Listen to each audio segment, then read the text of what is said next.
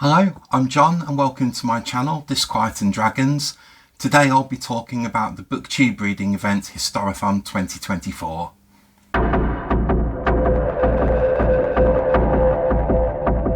I've always struggled a bit with booktube reading events, not because of the events themselves. I think the amount of work that goes into them is really excellent for the community, but more because my way of choosing what to read next is a bit chaotic. I'm a mood reader. That's why you haven't seen any TBR videos on my channel. But I recently saw a video by Stuart Griffin. I'll leave his channel in the description below. And Stuart was talking about joining an event called Historathon. And he explained how it was structured. It takes place over the course of a year. It's non-fiction books, and the first quarter is prehistory to 500 Common Era, so any non-fiction history book within that time frame, if you read that, you're taking part in Historathon. The second month, or the second quarter, it takes place between 500 and 1500 CE. The third quarter takes place between 1500 and 1820 CE, and the final quarter is 1820 to the present day. And just to take part, all you need to do is read a non-fiction history book of any subject. The person that made the event was a gentleman whose channel is called Revenant Reads, Ollie, and he has many co-hosts. I'll put all their details in the description as well, so that you can check out their videos on Historathon. And that's what appealed to me about Historathon, is that it takes place over the course of a year. It's the prompts for what you read, it's really broad. It just has to be non-fiction. And from what I understand, the whole idea behind the event was just to get people reading more non-fiction and learning more about history. So I browsed my bookshelves for a little while, and unfortunately I've missed the first quarter of the reading event. But I'm going to start with the second quarter, which is 500 to 1500. And for that quarter, I've picked this book, Knights of the Medieval World. I've always been fascinated by knights, just whether it be in films or just when I used to take history at school, we used to learn about them. I'll just read you the back about what this book's about. Noble warriors of the age of chivalry. Knights were the military experts of the Middle Ages. From the mid-11th century to the early 1500s, these highly trained elite fighters dominated European battlefields with lance, sword and axe. But knights were more than just fighting machines. Through the chivalric code, they were expected to be able to play music, write verse, be arbiters of the law and practice courtly love, as well as support their lord and protect the people. So I think that's a good book for me to get started on.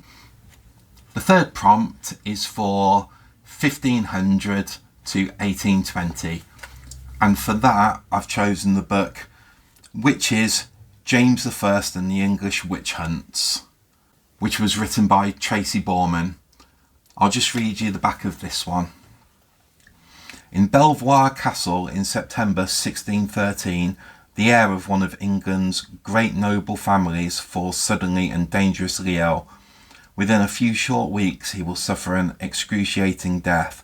Soon the whole family will be stricken with the same horrifying symptoms. The second son, the first male of the line, will not survive.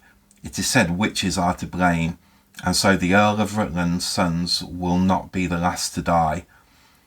This case is among those which constitute the European witch craze of the 15th to 18th centuries. When suspected, witches were burned, hanged, or tortured by the thousand. Like those, it is a tale of superstition and, ultimately, injustice. A reminder of how paranoia and hysteria can create an environment in which nonconformism spells death. But as Tracy Borman reveals here, it is not quite typical. The most powerful and Machiavellian figure of the Jacobean court had a vested interest in events at Belvoir, he would mastermind a conspiracy that has remained hidden for centuries. So I think that'll be quite an interesting one to read for the third tag. It's not the longest book, so I should be able to get that read in time. And the final prompt was for 1820 to the present day. And this one I struggled with. It said that I can read about history of anything as long as it's a history book, so I've chosen this one. Ocean Software, a history. If you grew up in the 80s and had a home computer, whether it be 8 or 16-bit, chances are you've heard of Ocean Software. They were the masters of the cheap arcade port. I used to play so many games published by these guys on my Spectrum, things like Chase HQ and Rainbow Islands.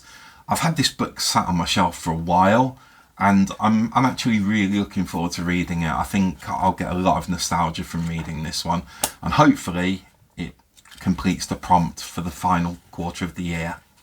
And as a little extra bonus, I found another book on my shelves that would count towards the 1820 to present day, and that is the Aston Villa Miscellany, which is lots of brief historical facts about Aston Villa, which is the football team I support. It'll be good to learn more about the history of my football team, and it's a really quick short read, so I'm hoping that I'll be able to finish it in time for the final prompt. Well, those are the books that I've chosen for Historathon 2024. I'm actually quite looking forward to reading some non-fiction. Normally I read mainly fiction, so it'll be good to read something a little bit different. I'll put as much detail about the reading event in the video description, and if you're going to take part in it, I'd love to know what books you're going to be reading. As always, thank you ever so much for watching, liking and subscribing. I hope you're enjoying what you're reading. I'll talk to you again soon. Take care. Bye.